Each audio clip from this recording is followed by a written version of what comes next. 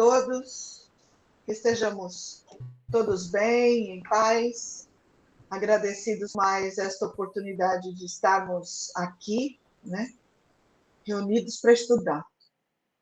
Nós vamos nos unir a todos os nossos mentores, ao mentor deste Itália, que está todas as semanas conosco, e vamos nos unir todos numa mesma vibração, pedindo a eles que nos ajudem a expandir nossas consciências, o nosso entendimento para as lições desta noite, e mais que nós possamos guardar isso dentro de nós para vivenciarmos o que vamos aprender. Jesus nos ilumina a todos e, como todo irmão amoroso mais velho, nos abraça fraternalmente. E juntos vamos todos até o Criador, essa força maior do universo, que está em tudo e em todos, dizendo: Pai nosso que está no céu, santificado seja o teu nome, venha a nós teu reino e seja feita a vontade, assim na terra como no céu. O pão nosso de cada dia dá-nos hoje, perdoa nossas dívidas, assim como perdoamos aos nossos devedores. Não nos deixe cair em tentações e livra-nos. Ajuda-nos a nos livrar do mal, que assim seja. Boa noite a todos. Boa noite, Débora, Lu, Geraldo, Glória. Bom, Débora, só te colocando, né? Eu não sei qual foi a última vez que você veio, eu não guardei, mas nós estamos na introdução do Evangelho segundo o Espiritismo, ok? Faz um sinalzinho para mim. Ok. Então, nós estamos no item 3. Procure aí, notícias históricas. Nós começamos a tratar de assuntos, de palavras, né? Que eram muito comuns na época, para esclarecer a gente, porque o Evangelho vai se referir a elas. Então, na introdução, ela é bem grande, tá? Então, tem o 1, objetivo desta obra, item 2, autoridades da doutrina espírita, e nós estamos no 3, notícias históricas. Achou? Tá. Então, nós começamos nas notícias históricas, nós lemos samaritanos, nós lemos nazarenos, nós lemos publicanos, certo? E hoje nós vamos iniciar com os portageiros. Então, samaritanos são aqueles que quase sempre estiveram em guerra com os reis de Judá. Eles admitiam o Pentateuco, que continha as leis de Moisés, né? Eles eram heréticos e eram desprezados, né? Seriam os protestantes daquele tempo. Os nazarenos foi dominado os judeus que faziam voto perpétuo ou temporário de guardar perfeita pureza, né? Castidade, abster-se de bebidas alcoólicas e conservar o cabelo comprido, né? Sansão, Samuel, João Batista eram nazarenos. Por isso que Jesus foi também chamado Jesus Nazareno, judeus, tá? Ele também é uma alusão a Jesus Nazareno, né?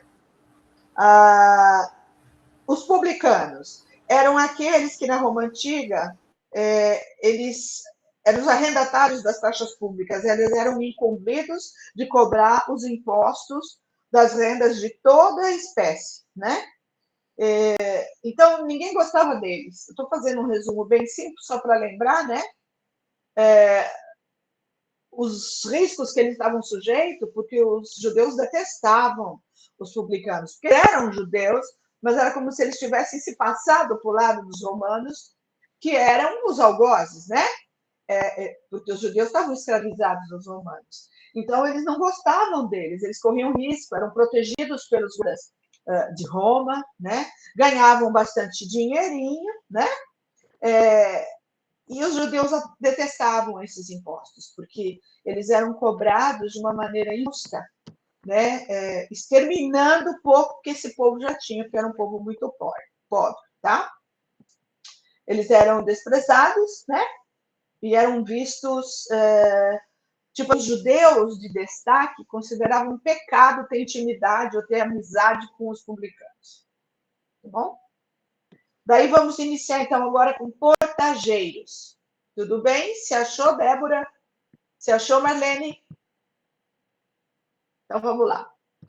Portageiros, olha só, eram arrecadadores de baixa categoria. Também eram arrecadadores de impostos, incumbidos principalmente da cobrança do direito de entrada nas cidades, ou seja, um pedaginho. Tinha pedágio para entrar nas cidades, tá? Todo mundo dava pedágio. As bem suas... de longe, né? Você vê, suas funções correspondiam mais ou menos aos empregados da alfândega de hoje, tá? E aqueles que recebem direitos nas barreiras das estradas. Essa é a razão por que no Evangelho se depara frequentemente com a palavra publicano ao lado da razão de gente de má vida, né? Compartilhavam da repulsa que pensava sobre os publicanos em geral, ou seja, os judeus também não gostavam deles, tá bom? Tal qualificação não implicava a de debochados ou vagabundos, quando eles falavam assim, publicano, gente de má vida. Não, não era debochado, preguiçoso. Era um termo de desprezo mesmo, sabe? De nojo, de gente de má companhia, gente indigna de viver com pessoas decentes. Era o que eles eram chamados, tá? Vou começar fariseus, depois a Edna continua. Fariseus, do hebreu parush, que é divisão, separação. Então, já sabe o que eles representavam, né? A tradição deles constituía a parte mais importante da teologia dos judeus. Ou seja, para os fariseus, a tradição era tudo. Consistia numa compilação, ou seja, na anotação das interpretações sucessivamente dadas ao sentido das escrituras. E por isso eram tomadas como dogma. Tudo que estava na escritura era um dogma para os fariseus. O que é um dogma? É uma verdade que não se contesta, simplesmente é porque é. Podia falar, mas por que tem que ser assim? Não, é assim e acabou-se. Constituía, entre os doutores, assunto de discussões intermináveis, as mais das vezes sobre simples questões de palavras ou de fórmula, no gênero das disputas teológicas e das sutilezas da escolástica e da Idade Média. Daí nasceram diferentes seitas, cada uma das quais pretendia ter o monopólio da verdade, detestando-se umas às outras, como só podia acontecer. Então, o que eram os fariseus? Eles seguiam estritamente a tradição, a palavra morta. Tem mais coisa deles por aí. E entre os doutores das leis que ficavam nas sinagogas discutindo, eles adoravam debater. Então, eles eram aqueles que contrapunham sempre, sabe? Sempre do contra. Mas isso não é assim, porque o nosso entendimento é assim. E daí, só dava confusão. Continua aí para nós, Edna, até o final, tá? Entre essas seitas, a mais influente era a dos fariseus, que teve por chefe Hillel, doutor judeu nascido na Babilônia, fundador de uma escola célebre, onde se ensinava que a fé não era devida senão às Escrituras. O Hillel, até hoje, ele é muito respeitado pelos judeus, tá? Ele é considerado quase que um profeta, tá? Isso.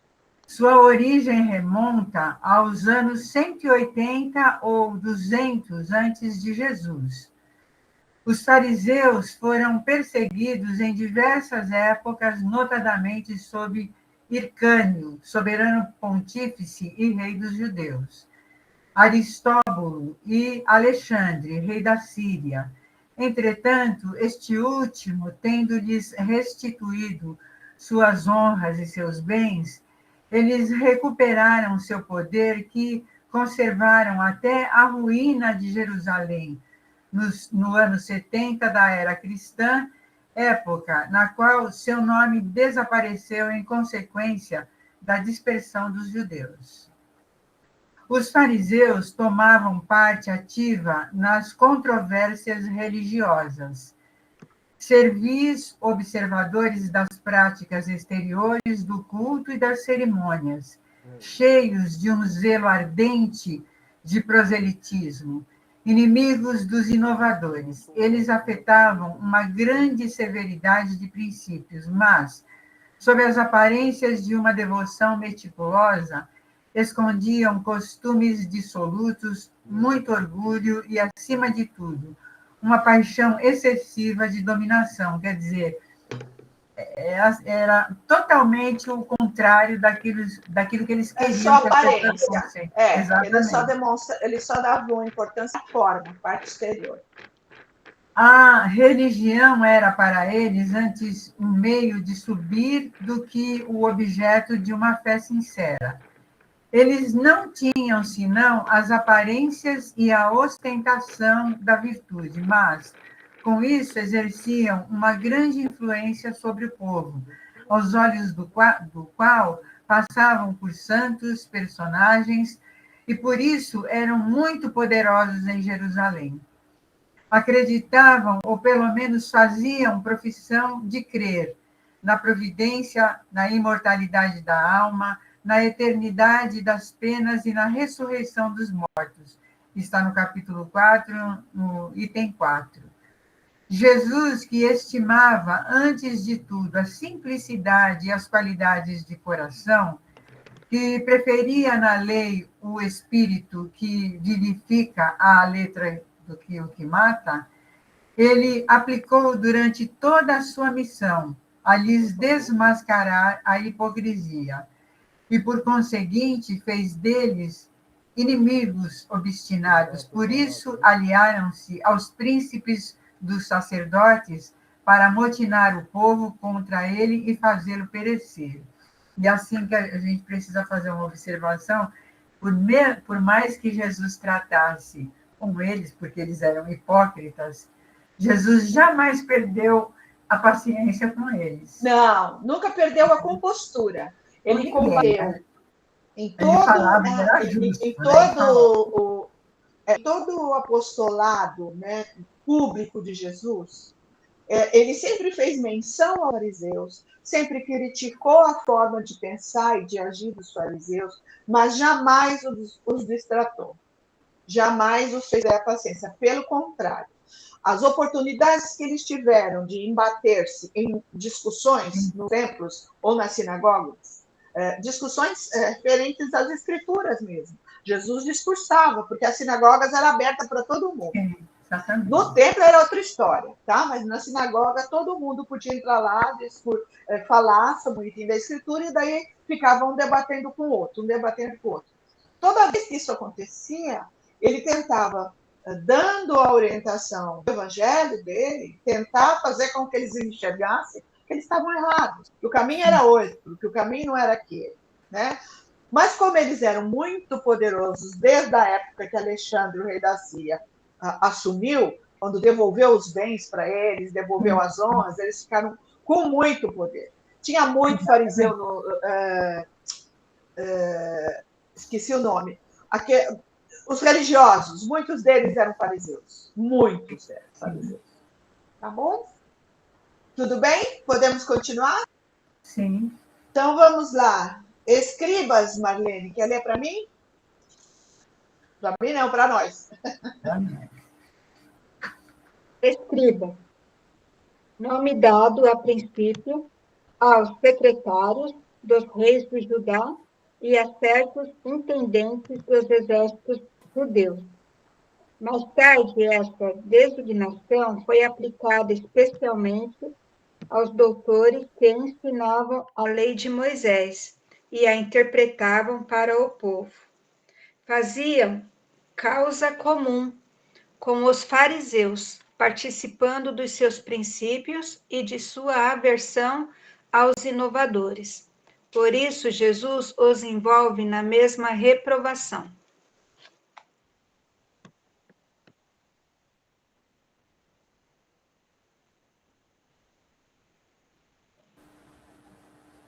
A gente não está te ouvindo, Mari. Eu desliguei o microfone, desculpa. Ah. Eles eram secretários dos reis, escreviam. Só que mais tarde, eles passaram a ser como se fossem secretários do templo, né? Dos autores da lei. Tá? E como eles concordavam com tudo que os fariseus professavam, também eram combatidos pelo mesmo motivo. Lucineide, quer ler Sinagoga para nós? Leio, Eu sumi, mas não liguei não, eu já volto. Essa câmera danada. Ok. Sinagoga, do grego sunagoge, assembleia, congregação. Não havia na Judéia senão um único templo, o de Salomão, em Jerusalém, onde se celebravam as grandes cerimônias do culto. Os judeus para aí seguiam todos os anos em peregrinação para as principais festas, tais como a da Páscoa, da dedicação e dos tabernáculos. Foi nessas ocasiões que para lá Jesus fez várias viagens. As outras cidades não tinham templos, mas sinagogas, edifícios onde os judeus se reuniam aos sábados para fazerem preces públicas sob a direção dos anciãos, dos escribas ou dos doutores da lei. Faziam-se aí também leituras tiradas dos livros sagrados que eram explicadas e comentadas. Todos podiam nelas tomar parte. Por isso, Jesus, sem ser sacerdote, ensinava nas sinagogas nos dias de sábado. Depois da ruína de Jerusalém e da dispersão dos judeus, as sinagogas nas cidades que eles habitavam serviam-lhes de templos para a celebração do culto. Então, a sinagoga era como se fosse uma igreja pequena. Eram igrejas locais que reuniam perto de algumas cidades, porque o templo era um só. E era obrigado por Deus, segundo as escrituras, que eles fossem lá, pelo menos numa dessas 3 ocasiões. Tá? Todo judeu deveria estar lá. Depois da destruição do templo, tanto ele foi destruído 2 vezes, os judeus se reuniam, ou então nas cidades que eram muito longe, né, de lá, eles se reuniam nessas sinagogas, que eram locais pequenos, para conversar sobre as escrituras, leituras do livro sagrado, com explicações, comentários, né? O legal era isso, que qualquer um podia participar, né? Tudo bem? Então vamos lá, eu vou ler os saduceus. Rosada, deixa eu... Só um pouquinho. Geraldo, a Sandra não está conseguindo entrar. Você consegue colocar ela?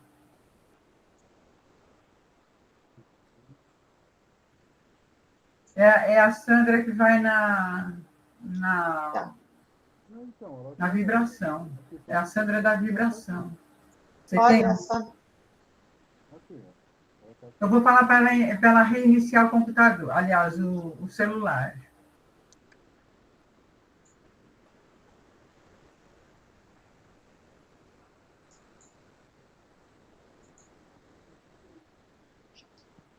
Ah, mas que coisa. Hoje, só porque eu passei batom, não consigo aparecer minha cara.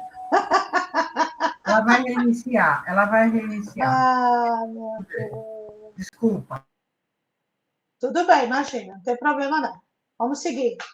Vamos falar agora sobre os saduceus, outra seita. Tinha muitas, tá? Mas aqui na introdução estão as mais importantes.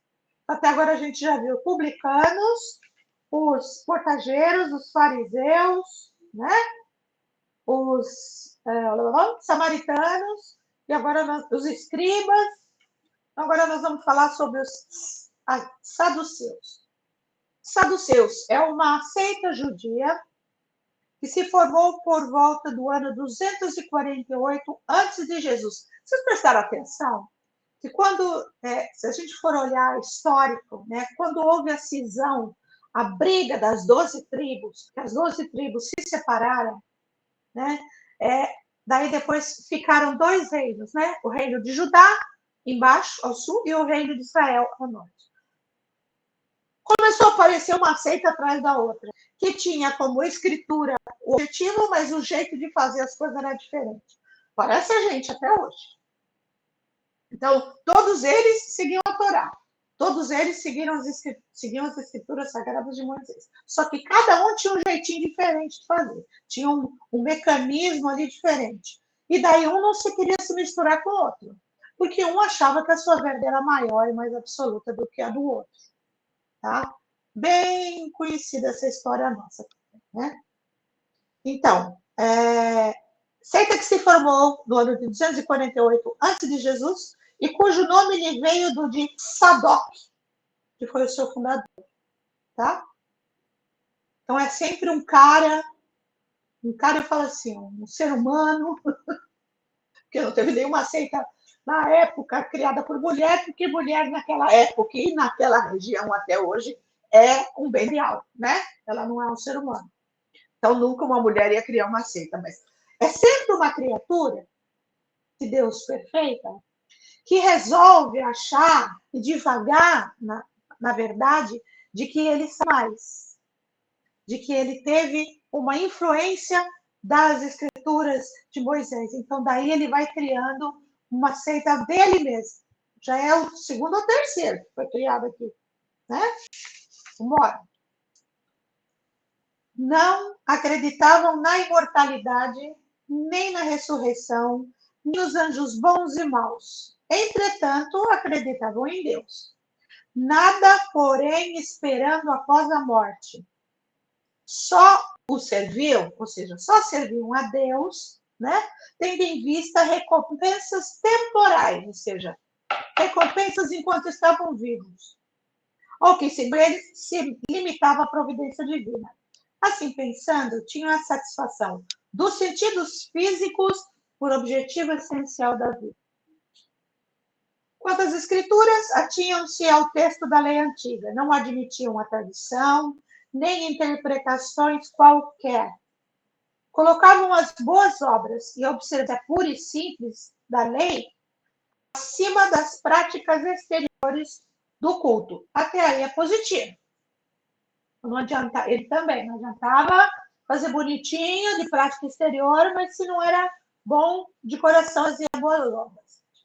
Eram, como se vê, os materialistas, os deístas e os sensualistas da época.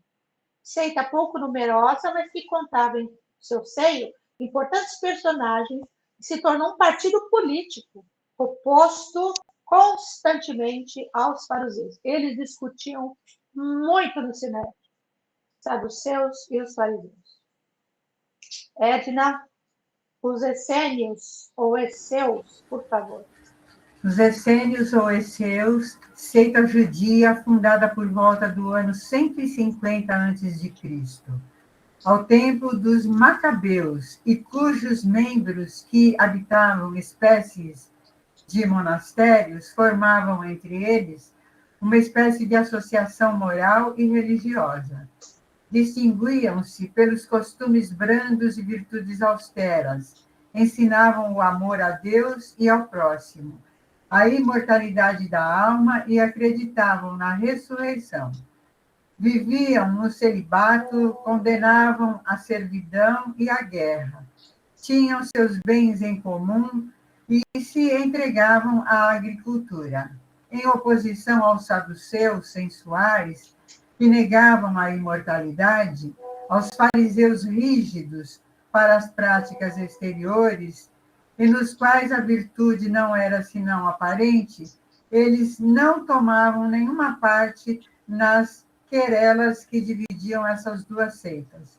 Seu gênero de vida se aproximava dos primeiros cristãos, e os princípios de moral que professavam fizeram algumas pessoas pensarem que Jesus fez parte dessa seita antes do início da sua missão pública.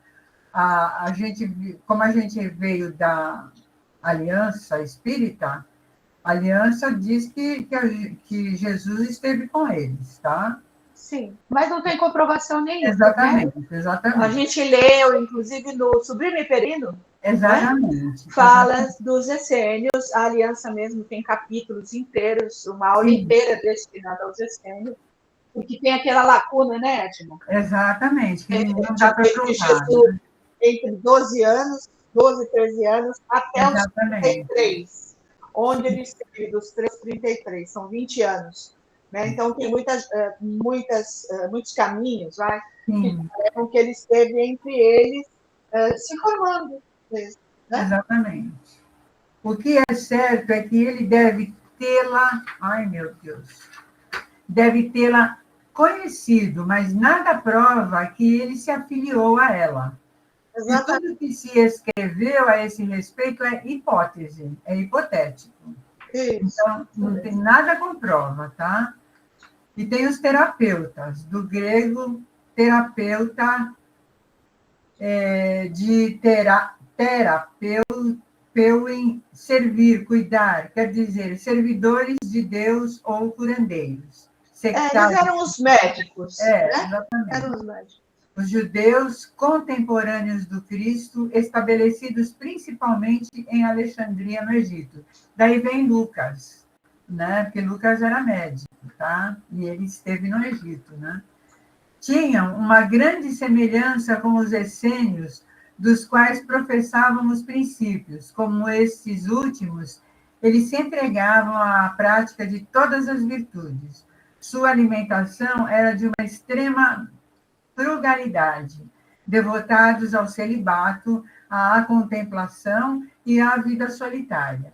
Formavam uma verdadeira ordem religiosa. Filon, filósofo judeu platônico de Alexandria, foi o primeiro que falou dos terapeutas, considerou-os uma seita do judaísmo.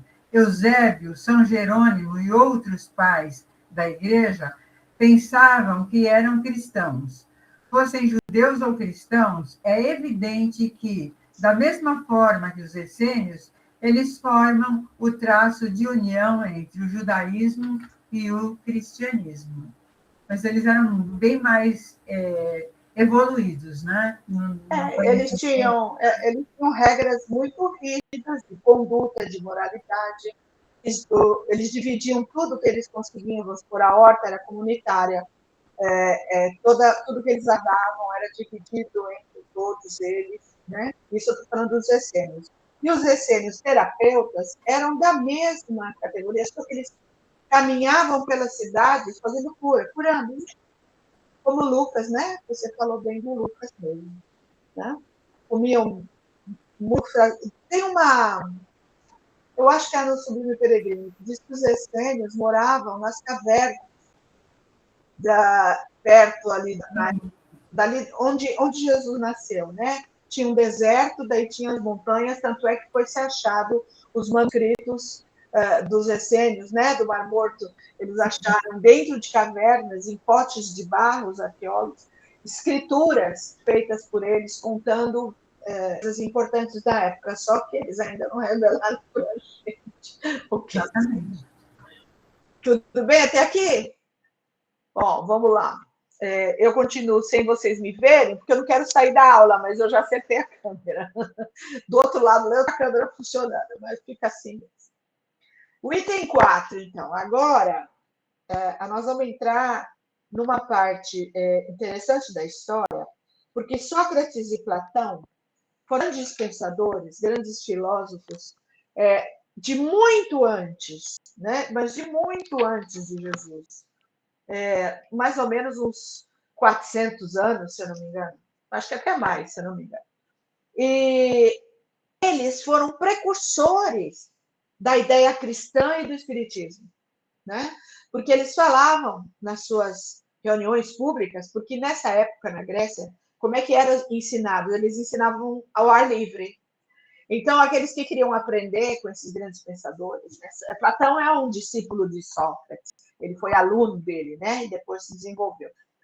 Aqueles que queriam aprender com esses grandes filósofos se reuniam em umas praças e Sócrates ia falando as coisas. E Sócrates e Platão falaram da reencarnação, falaram da continuação da vida. Por isso que aqui no item está precursores da ideia cristã e do espiritismo. Vou começar a ler um pouquinho para vocês. Do fato de haver Jesus conhecido a seita dos essênios, foi errôneo concluir-se que a sua doutrina veio dessa seita e que, se houvera vivido num outro meio, teria professado outros princípios. É lógico que não, né? Jesus veio com a carga de conhecimento dele. Não é porque ele falou aquilo porque ele morou entre os essênios. Se ele tivesse morado entre outra seita, ele traria outro tipo de informação. Não. É porque ele trouxe aquilo. Ele foi um avatar. O que é um avatar? Avatar é um espírito evoluído, um espírito maduro, antigo, que vem encarnar como missão. A missão de Jesus foi divulgar a vida após a morte e divulgar o amor, né? Vamos lá. As grandes ideias jamais irrompem de súbito, ou seja, grandes ideias. Isso aí nós já ouvimos no Livro dos Espíritos, que as verdades que vão transformar a humanidade, vão transformar a maneira de pensar e agir, elas não vêm de repente. Elas vêm sendo anunciadas um pouquinho ali, passa outros anos, uns anos, outro pouquinho ali, passa mais um montão de anos de novo, nunca vem de repente. As que assentam sobre a verdade sempre têm precursores, ou seja, gente que vem antes, que lhes preparam parcialmente os caminhos. Depois, chegando o tempo, envia Deus um homem com a missão de resumir, coordenar e completar os elementos esparsos, de reuni-los num corpo de doutrina. Doutrina é modo de viver, gente. Tá? Desse modo, não surgem bruscamente. A ideia, ao aparecer, encontra espíritos dispostos a aceitá-la. Tal que se deu com a cristã, que foi pressentida muitos séculos antes de Jesus e dos essênios, tendo por principais precursores Sócrates e Platão. Sócrates, como Cristo, nada escreveu. Olha que maravilha, eu sou apaixonado por esse cara. Nada escreveu, ou pelo menos nenhum escrito ele deixou, até agora. Como Cristo, teve morte dos criminosos, vítima do fanatismo, por haver atacado as crenças que entrara e colocado a virtude real acima da hipocrisia e do simulacro das formas. Sócrates foi obrigado a morrer, né? Por haver, em uma palavra, combatido os preconceitos religiosos. Do mesmo modo que Jesus, a quem os fariseus acusavam de estar corrompendo o povo com os ensinamentos que ele passava, também ele foi acusado pelos fariseus do seu tempo, visto que sempre os houve em todas as épocas, por proclamar o dogma da unidade de Deus, da imortalidade da alma e da vida futura. Olha o que Sócrates veio proclamar. O dogma da unidade de Deus, ou seja, Deus é único. Não eram, naquela época, eram todos... esqueci a palavra, Edna. Que dor! Eles tinham muitos deuses. Muitos Sim, deuses. Isso! Politeístas, isso mesmo. Então, ele veio proclamar o dogma da unidade de Deus, da imortalidade da alma, ou seja, o meu corpo estraga, mas a minha alma perdura, e da vida futura. Assim como a doutrina de Jesus, só conhecemos pelo que escreveram os seus discípulos, ou seja, os que vieram depois dele escreveram o que ele ensinou. Da de Sócrates, só temos conhecimento pelos escritos do seu discípulo Platão. É outro cara maravilhoso também, tá? A gente acha muito história dos dois em filosofia. A filosofia utiliza muito o que ele falava. Julgamos conveniente resumir aqui os pontos de maior relevo para mostrar, olha que legal, a concordância deles com os princípios do cristianismo. Aos que considerarem esse paralelo uma profanação e pretendam que não pode haver paridade de doutrina de um pagão e a do Cristo, porque na época de Sócrates eles eram politeístas, então eram considerados pagãos. Diríamos que não era pagã a de Sócrates, pois que objetivava combater o paganismo, que a de Jesus, mais completa e mais depurada do que a dele, nada tem que perder a comparação. Que a grandeza da missão divina do Cristo não pode ser diminuída. Que é demais, trata-se de um fato da história que a ninguém será possível apagar. O homem chegou a um ponto em que a luz emerge por si mesma de sobre o alqueire. Né? Não dá para esconder embaixo da mesa a verdade, a luz da verdade. Ele se acha maduro bastante para encará-la. Tanto pior para os que não ousem abrir os olhos. Chegou o tempo de se considerarem as coisas de modo amplo e elevado, não mais do ponto de vista mesquinho e acanhado dos interesses de seitas e de castas. Além disso, essas citações provarão que Sócrates e Platão pressentiram sim a ideia cristã, e em seus escritos também nos deparamos com os princípios fundamentais do Espiritismo. É que a gente normalmente não tem tempo, né, de ler, ou pelo menos vamos fazer um resumo no ChatGPT da doutrina de Sócrates, da doutrina de Platão, a gente entender como esses caras viveram e como eu postei isso até no grupo das vibrações, né, no vídeo hoje, né?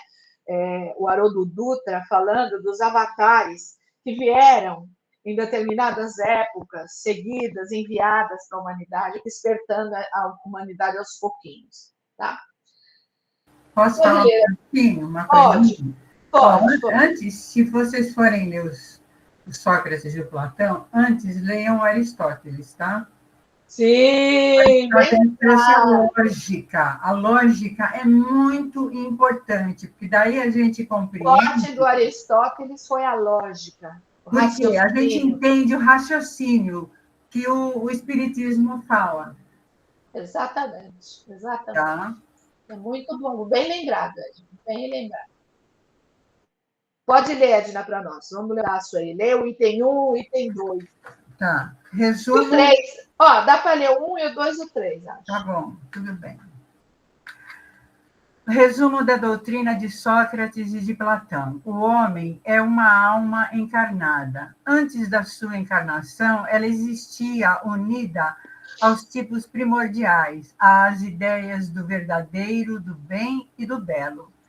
Deles se separa em si encarnando e recordando seu passado, está mais ou menos adormecida pelo desejo de a eles retornar.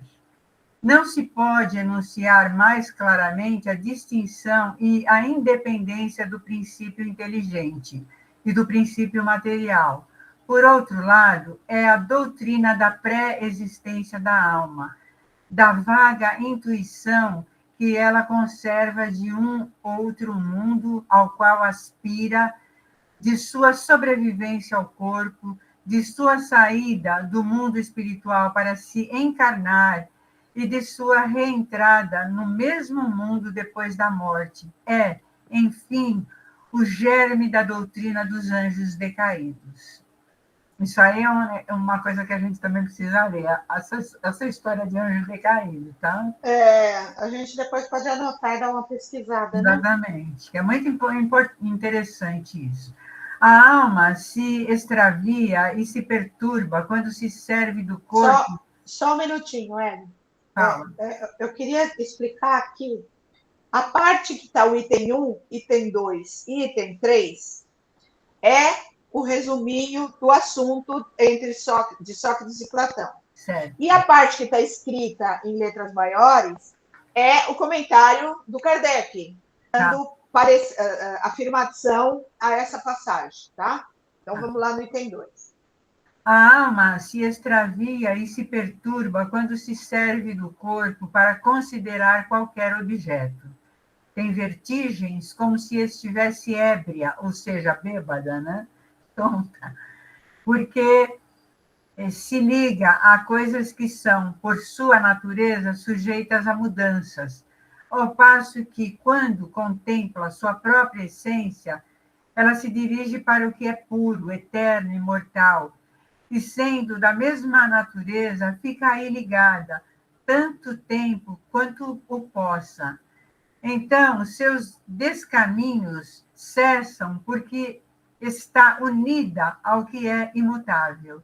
E este estado da alma é o que se chama a sabedoria. Olha que coisa linda. Aqui ele estava plenamente filosofando, tá? Ele estava filosofando, mas ele estava dizendo o que era Exatamente. a sabedoria. É um estado da alma que transcende a tudo que ele sente, que ele vê e que ele pode tocar. Exatamente. Isso é sabedoria. Agora, a afirmação de Kardec. Continuando. Assim também se ilude o homem que considera as coisas de baixo terra a terra, do ponto de vista material, para apreciá-las com justeza. É preciso vê-las de cima, quer dizer, do ponto de vista espiritual. O verdadeiro sábio, pois, deve, de alguma sorte, isolar a alma do corpo, para ver com os olhos do espírito. É o que ensina o Espiritismo, capítulo 2, no item 5. Você vê só, de novo. Então, ele tá confirmando que essa afirmação de Sócrates lá estava perfeita. Exatamente. A gente precisa se afastar da terra-terra, do que é transitório, do que é material, para que a gente possa expandir a nossa consciência em seres imortais, né? Para a gente compreender a Matrix. Porque a Matrix está aqui, diante da gente. A outra coisa que eu vi muito interessante hoje, nesse texto que eu postei para vocês nos grupos, é que o Haroldo Dutra pede para a gente assistir o filme Doutor Estranho. Porque... E ele corrobora uma informação que eu passei para vocês há um tempo sobre o novo filme do Spielberg, que vai falar dos buracos de minhoca, etc., da possibilidade de mudar de dimensão, né? O Haroldo Dutra fala exatamente o que eu falei para vocês um dia, eu espero, ou lá no centro, eu não lembro, que eu falei assim, essas pessoas que estão fazendo filmes, tendo essas intuições, são pessoas que estão sendo influenciadas de fora aqui na Matrix. Por isso que elas têm essas ideias para fazer esses filmes, que a gente acha que é tudo meio maluco. Mas é a intuição subliminar, né? Que a gente são mensagens, exatamente. Eles estão sendo orientados do plano astral para terem essas intuições. Então, a mesma coisa é o Doutor Estranho. No Doutor Estranho, ele é um cientista. Ele sofre um acidente, e, em função desse acidente, ele é capaz de abrir um portal com as mãos e passar para outra dimensão. Então, ele passa por várias dimensões. E o Haroldo fala que a gente devia assistir esse filme, porque ajuda a gente entender muita coisa dos portais que a gente está vendo. Sim, vamos lá, Edna. Item 3 da informação do Sócrates e do Platão. Vamos lá. Enquanto tenhamos nosso corpo e a alma se encontre mergulhada nessa corrupção, jamais possuiremos o objeto dos nossos desejos, a verdade. Olha, com efeito, o corpo nos suscita 1000 obstáculos pela necessidade que temos de cuidá-lo. Ademais, ele nos enche de desejos, de apetites, de temores, de 1000 quimeras e de 1000 tolices, de maneira que com ele é impossível ser sábio um instante. Mas, se não é possível nada conhecer com pureza enquanto a alma está unida ao corpo, é preciso de duas coisas. Uma, ou que não se conheça jamais a verdade, ou que se venha a conhecê-la depois da morte. Eu gostaria de conhecer a verdade antes de morrer, tá? Assim, para não dar importância para a morte. Livres da loucura do corpo, então, conservaremos, de esperar-se, com homens... Conversaremos. Conversaremos é de esperar-se que é a coisa mediúnica, né? É o médium que fala Com homens igualmente libertos. Exatamente. Com homens igualmente livres e conheceremos por nós mesmos a essência das coisas. Por isso, os verdadeiros filósofos se exercitam para morrer, e a morte não lhes parece de nenhum modo temível. Está no Céu e no Inferno, na primeira parte, capítulo 2, segunda parte, capítulo 1.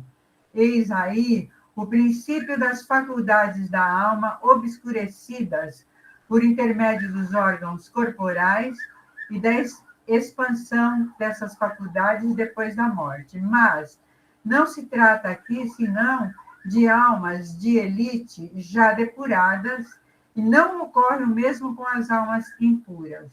E aí eu vou fazer uma fala do... O Sócrates, ele teve que tomar cicuta para morrer, tá? Ele foi obrigado a Exatamente, se suicidar. e a mulher dele foi Ou visitar ele, né? Na isso, época que ou ele renegava esses 3 dogmas. Isso, ou ele morria, ele tomava veneno. Ou ele tomava veneno, ele tomou cicuta. Aí a mulher dele foi visitar ele antes dele morrer, né? E toda chorosa, como eles vão te matar? E eles vão isso. E ele falava para a mulher, mas você quer o quê? Nós nascemos e vamos morrer. Eu não entendi, não estou entendendo por que você está com medo da morte. Entendeu? Nós somos imortais, né? Exatamente. Você meu corpo só. Contrário. Entendeu? Não tem... Ele sabia que ele ia morrer.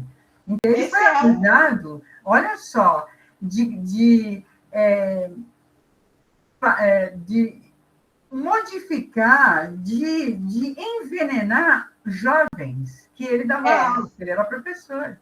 Ele era professor e dava essas aulas públicas, né? Então, ele estava desviando a juventude com as suas ideias tresloucadas. Porque ele fazia os meninos pensarem. Fazia, na realidade, o jeito de estudar, de ensinar do Sócrates era maravilhoso. Agora, por que eles tiraram a filosofia da escola? Alguém sabe? Por quê? Assim não pensa, tá? Ele não pensa. Lá em cima manda. Ele ensinava, sabe de que jeito que Sócrates ensinava? E Platão também, que foi discípulo dele, né? Ele não chegava lá com os meninos ao redor dele, a moçada, era de várias idades. Ele não ensinava assim, olha, tal coisa é isso por causa disso, disso e disso. Ele provocava uma dúvida nos jovens, para os jovens pensarem e se manifestarem a respeito daquilo. E baseado no que eles diziam, ele ia elaborando o que ele queria que eles compreendessem. Rapaz, é o jeito pedagógico que eu mais adorei de ver, ou seja, não é aquele negócio imposto de cima para baixo, aquele conhecimento que você joga em cima da cabeça do jovem e fala, isso é assim, assim, assim, assim, aprenda. Não, ele levava os jovens a questionar, a compreender, ele só dava aula com perguntas, gente. Eu estudei Sócrates na faculdade. Ele só dava aula com perguntas, tá? Pergunta que ele fazia para os alunos. No final, quem acabava dando as aulas eram os alunos, né? Item 4, que é Leonede. Esse é o item 4 que fala sobre Sócrates. E depois, o parágrafo em seguinte, é a informação do Kardec, lembrando para a gente. E acho que não vai dar tempo, 21 e 29. E agora, o que nós fazemos? Paramos por aqui? Paramos, né? Porque, olha, não vai acabar, tá? Ele é mais compridinho, tem umas 3 páginas ainda. Então, eu acho tão empolgante que eu nem vejo passar a hora. Eu também não. Eu olhei agora no relógio, 21 e 29. Né? A gente perdeu, tudo bem, 10 minutos para colocar o mundo junto, mas a gente tem que ser cumpridor de horário, né? Sim, a espiritualidade também está nos amparando aqui, a gente tem que ser. Sim. Mas eu sentei aqui 8 horas da noite para esperar eu Vou encerrar. Eu queria saber se vocês têm alguma dúvida, se vocês querem falar alguma coisa. Ninguém quer falar nada? Não, já falamos. Por enquanto, né? É muito legal essa parte. Eu tenho certeza que a gente está tomando conhecimento de coisas agora, de informações, né? Não é conhecimento de informações que a gente não faz ideia. Muitos de nós já fizemos escola. Eu fiz 6 escolas. Entre repetir escola e ser secretária, acho que foi umas 6 vezes. Né? Gente que já terminou, que nós mesmos já fizemos os 4 livros que compõem a doutrina espírita, né? Mas essas coisas, é impressionante. A cada prefácio, a cada afirmação de Kardec é uma coisa nova. E é nisso que a gente tem que basear o nosso caminhar, né? Lógico que sempre raciocinado, tá? Então, nós vamos terminar nesse item 4, tá? Deixa eu botar meu marcador aqui. E vamos encerrar. Então, nós vamos agradecidos por esta oportunidade. Ai, o Pai nos dá tanta oportunidade. Nós devíamos agradecer todos os dias, todos os momentos, porque Ele nos dá tanta oportunidade. Tanta oportunidade de abrir nossos olhos, de abrir nossa alma, de esclarecer a nossa consciência. Não se cansa. Seus lindos trabalhadores celestes também não se cansam de nos ensinar, de nos motivar à transformação. E como nós somos negligentes ainda. Vamos doar o que nós temos dentro de melhor, o melhor dentro de nós, através das vibrações. Então, vibrar é desejar. Então, que nós possamos, nesse instante, desejar tudo de bom, toda a essência do amor que habita em nós, para todo o universo, para todas as moradas da casa do Pai. Vibrando por nosso planeta, vibrando por todos os países que compõem nosso planeta, principalmente aqueles que se encontram em guerras de irmãos contra irmãos, ou que sofrem catástrofes naturais, morte, flagelos de todas as espécies, abrangendo assim toda a humanidade que sofre. Vamos vibrar por todos os abandonados, de corpo e de espírito, pelos moradores de rua, pelos drogados, todos aqueles que estão nas penitenciárias, nos asilos e orfanatos. Que Jesus possa colocar dentro dos seus corações um quentinho de cuidado e de afeto. Vamos vibrar por todos aqueles que precisam nos perdoar. Nós vibremos por nossos parentes, nossos amigos, nossos vizinhos, aqueles que se dizem nossos afetos, encarnados ou desencarnados.